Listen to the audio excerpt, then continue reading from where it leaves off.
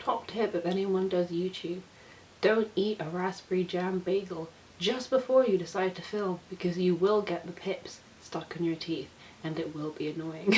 So today I'm here to do a what I got for Christmas video, and I always get a little bit nervous doing these videos because obviously I don't mean it to brag, and I got mostly books, which is what I talk about on this channel anyway, so it's just like a regular old book haul except with a Christmas twist. And if you didn't have such a great Christmas, my heart is with you, and I hope and pray that 2021 will be better. I'm not a praying person, I'm not a religious person, but this year I am praying that 2021 will be a lot better. And if you don't celebrate Christmas, I just hope you had a lovely, restful time and are ready for the year ahead. So the first thing I'll mention is what I'm wearing, which is not a bookish thing, so I kind of lied, but it's this wonderful dress that is dusty AF. It's this beautiful vintage dress that makes me feel like Jo March when I wear it, or maybe, no, not Jo, she won't wear a dress, maybe like Meg or Amy or something. But it is gorgeous and vintage and it's wonderful, and my mum actually got me this polo shirt as well because I told her I needed polo shirts to wear under things. I got this beautiful locket from my friend Rowan, and you won't be able to see it so I'm not going to open it, but inside she's painted a little bit. It's gorgeous, and I don't know how she achieves the craftsmanship that she manages to achieve with her gift. I just, out of this world, it's beautiful. And even the tights I'm wearing are tights I got on my stocking. Love my mum for being practical and getting me things that I need as well as things that I want. So let's move on to the books, which is, not gonna lie, what we're all here for, what I was most excited for. And the first book that I opened on Christmas morning was Leave the World Behind by Rumaan Alam, and I've heard so much about this book and I'm so excited to read it. From what I've heard, it's about this white couple that go to a secluded cabin. They're just renting it out for a little holiday period, and then suddenly the owners of the cabin, who are a black couple, they come to the door and they say something terrible's happened in the town, the internet's knocked out, the electricity's not working, and we need to stay here to be safe. And it's basically about how no one really knows what's going on. They're both very unsure of each other, and it's about the kind of building suspense within this tiny little cabin secluded space, and I am very excited to read it. Someone on the back has said, with a potent Shirley Jackson energy, it is both eerily timeless and sharply prescient. And if you compare anything to Shirley Jackson, I'm on board. And it's not even like I'm a big Shirley Jackson fan. I just love her as a concept. I watched a movie at the BFI Film Festival called Shirley, which was easily the best film I've seen this year. And it was like an artistic biopic, so it wasn't completely factual, but it was more atmospheric, and it was a really interesting portrayal of her life and insight into how she wrote and what she was like and what she was interested in. And she just seems like such a fascinating figure. And I read one of her short stories about a missing girl, and that was very atmospheric, very wonderful, and I'm so excited to read more of her stuff. So if anyone's compared to her, I'll instantly want to buy it, even though I've not even read many of her books, but that's the kind of impression that she's had on me in like the little I've known her. So I just imagine the obsession will grow the more Jackson books that I get and the more I find out about her and her life and her writing. And from now on I've forgotten in which order I opened these, so I'm just gonna go through the pile.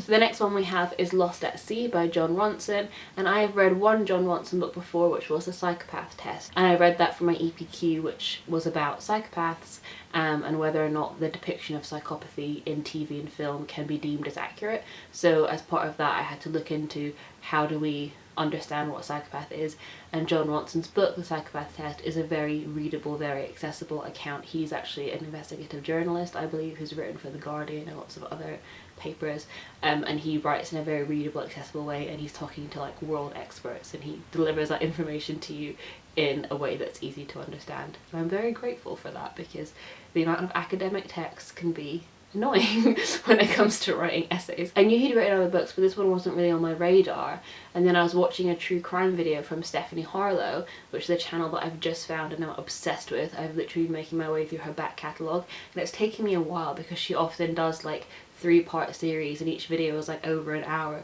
so it's like, you know, committing to like a Netflix series. It's a long commitment, and I'm making my way through. But she's wonderful, she's very respectful, she's very thorough. She talks a lot about, you know, the legal process, the trial, what an affidavit is, what is included in an affidavit, you know, why can't police arrest people when they have a certain amount of facts. Very interesting. My mum's a lawyer, and so I'm kind of very interested in that legal side of it. And I don't like true crime that over sensationalizes the gory details. I don't think that's respectful. I think, you know, there are families of the victims that are still around and could potentially see that, especially if you're putting it out on the internet. So I really respect what she does, and she has a really good sense of humor about it as well, even though it's not funny what she's talking about, but she just has a very good way of wording her stories, and they're just very compelling the way that she tells them. And she was talking about a case of this woman from the UK who worked on a Disney cruise ship, and suddenly she went missing under very suspicious circumstances, and Disney basically allegedly tried to cover up. Allegedly there were some very shady goings on, and for that video she actually used this as a reference point, because since the family was from the UK and John Watson is a UK journalist, he actually started to investigate the case because the police kind of wrapped it up very quickly and then it was dead. So he booked a room on the cruise ship, he talked to people that knew her, and from that he wrote a report that was published, and that's, you know, part of this book. And so this book is just a collection of stories like that, of times where, you know, there's something weird or something strange happening and he goes to investigate, and it takes him to these very strange corners of the world. Like on the back it says, John Watson's met a man who tried to split the atom in his kitchen and asked a conscious robot if she's got a soul.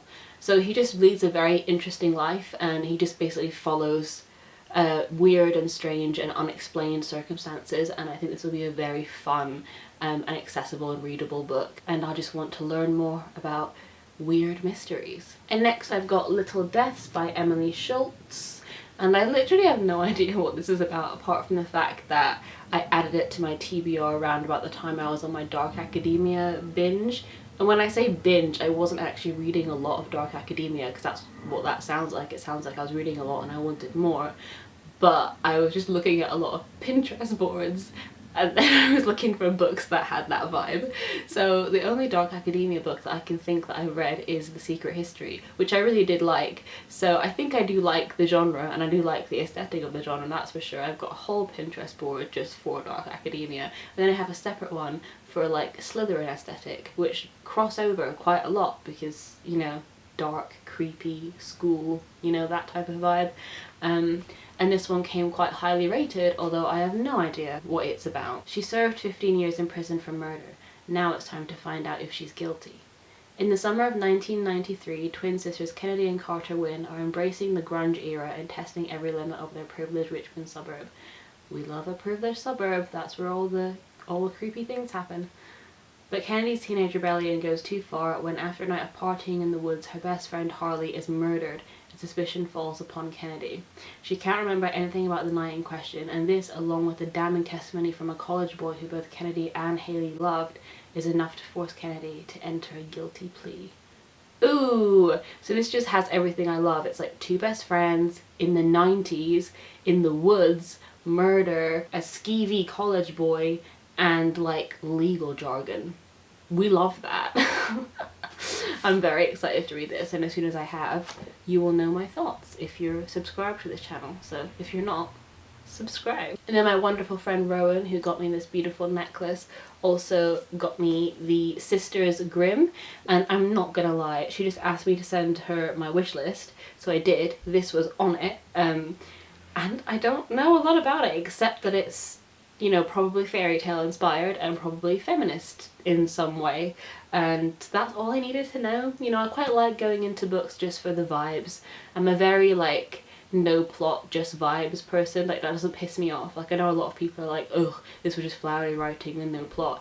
That doesn't bother me. You can just give me an aesthetic wrapped up in a bow with like some flowery words tossed in, and I will eat that shit up. I really will. So the back says, this is a story of 4 sisters Grimm, daughters born to different mothers on the same day, born out of bright white wishing and black edged desire. See already, flowery writing. I'm in love. In 33 days, the sisters will confront their father in the strange otherworld they go to when they dream. 33 days in which they must discover who they truly are and learn what they can do. 33 days before they must fight for their lives and for those they love. I'm excited. Also, has a good font, if that's something that matters to you. good fun. And the next one is Trials of Apollo, and the reason I'm emotional holding this is because I think Rick Riordan recently said that this was going to be the last of his books set in Percy Jackson's world. And I own the rest of this series in hardback and the Magnus Chase series in hardback, but I haven't read nor do I own the one that precedes this, so I need to track that one down before I can read this. But I just knew that I wanted to get this while I knew it was just new out and in hardback. And just this series, Percy Jackson, will always have a hold on my heart, and if you've been on this channel long enough you will know that I've been talking about it for years, and I'm sure this book will be no different to the others. It will be full of humour and adventure and fun and whimsy and interesting Greek characters from mythology, and that's all that I need. Speaking of interesting characters from mythology, I also got Troy by Stephen Fry, and I recently read and reviewed Mythos by Stephen Fry. I believe that's in my November wrap up, and I loved that so much. I loved that Stephen Fry had such a humorous and accessible way of retelling Greek myths. So Mythos is basically just a retelling. It's just the stories of the Greek myths and the Greek gods, but with a little bit of like historical context and academic jargon thrown in, except it's not jargon. When Stephen Fry writes it, it's funny and it's accessible, and I love that, because I think a lot of non-fiction history, which I would want to read, I then don't want to read because it's written in a way that's not accessible. It's very elitist, and I don't believe in gatekeeping history, because these are just stories. At the very base level, mythology is just interesting stories, and everyone should have access to interesting stories. So I believe this is just what it says on the cover, like it does what it says on the tin. It is just a retelling of Troy, the Battle of Troy, and the whole, you know, Trojan horse drama, I imagine. Troy, the most marvellous kingdom in all the world, the jewel of the Aegean, glittering Ilion, the city that rose and fell not once but twice. I mean, yeah, beautiful. I'm excited. I might also investigate as to whether this has an audiobook or not, because I really enjoyed listening to the audiobook of Mythos, where Stephen Fry did all the voices of the gods, and he has a very humorous way. I mean, he's an actor, and so we all know that he can deliver verbally. That makes no sense. If you were a Harry Potter fan, you also know that he did the Harry Potter audiobook, so he has a very engaging way of storytelling, like verbally. So if there's an audiobook for this, I might listen to that in conjunction with reading it, because the Mythos one was so good. And the last book that I was very excited to open was Accidentally Where's Anderson by Wally Koval, and this is based on the very popular Instagram account that I've been following for years. So there's an Instagram account called Accidentally Where's Anderson, where people can submit images from their travels of things that basically look like they could be in a Wes Anderson movie. They're photographs that look like stills from a Wes Anderson film, and it's such a wonderful page. And not only do you get to see the beautiful pictures, which is, you know, a bonus in itself, you also get to know where they're taken. So it's like both an aesthetic page to follow and also a really handy travel guide, because if you see an interesting place, you can just note it down and be like, oh, I want to go there. And this book is essentially that, but just in book form. It's divided up by different places in the world, so like East Asia, United Kingdom and Europe, and you can go to that section and find beautiful pictures of beautiful things that look like they could be in a Wes Anderson film. And Wes Anderson has written the foreword of this, so he endorses this book, which is really cool. I love his films, I love his work, and I just love that this exists, and I will definitely be noting down some of the places in here when we can all travel again. And then the last thing I have to talk about is not a book, but is a solitary DVD. And I know that people don't really buy DVDs anymore, and I don't either. It's only like very special occasions that I'll buy a DVD. I used to buy them willy-nilly, and then I'm having a space issue with where I keep my DVDs, so I'm being more restrained about it now. But I asked for Knives Out, which, if you haven't seen it, do yourself a favour and watch it. It is the most glorious film I've seen in years. It is so much fun, and I grew up inhaling Agatha Christie novels, and I love the mystery genre, the cozy mystery genre. I love dark academia. I love just things with vibes, and this has that, but as well as vibes, it has humour, it has quality actors at the very top of their game that are delivering great performances but are also just having fun. It's one of those movies for me that makes me want to make movies, and that is like the highest compliment I can give. You're watching it and you're thinking, oh my god, this is so good, this is so clever, this must have been so much fun to make, and it's just amazing. When you're watching this, you feel like you're in the hands of someone that absolutely knows their genre down to a T. Rian Johnson is a master. He knows exactly the mood he's trying to make, and he knows exactly what the conventions of his genre are, and he keeps to those but also subverts them in a way that it feels familiar but also fun and new and fresh and exciting, and it's just the most joyous time that I've had in the cinema. It is so much fun. So I knew I had to get it on DVD. Like, I know it's on Amazon streaming at the moment. I know it's probably gonna come off Amazon and move to somewhere else, and it'll be online probably somewhere at some point, always, I don't know. But in the rare occasion that it gets taken offline and I suddenly have a craving to watch it, I need to know, I need to have the peace of mind that I have it in physical copy so that I can watch it when the craving strikes. So that's why I asked for Knives Out. So, one amazing DVD, a little stack of books, this beautiful dress, this beautiful locket, this practical, useful polo neck, and also the tights I'm wearing, and then 2 skirts, which, not gonna lie, cannot be bothered to get up and show you. They're pretty. That was my Christmas haul, and I'm very happy with everything, and I hope that you had a wonderful day, and I would love to hear what you got for Christmas in the comments, and if it's books, which book are you most excited about reading that you got for Christmas. I hope you enjoyed this video, and I will see you again very soon. Bye.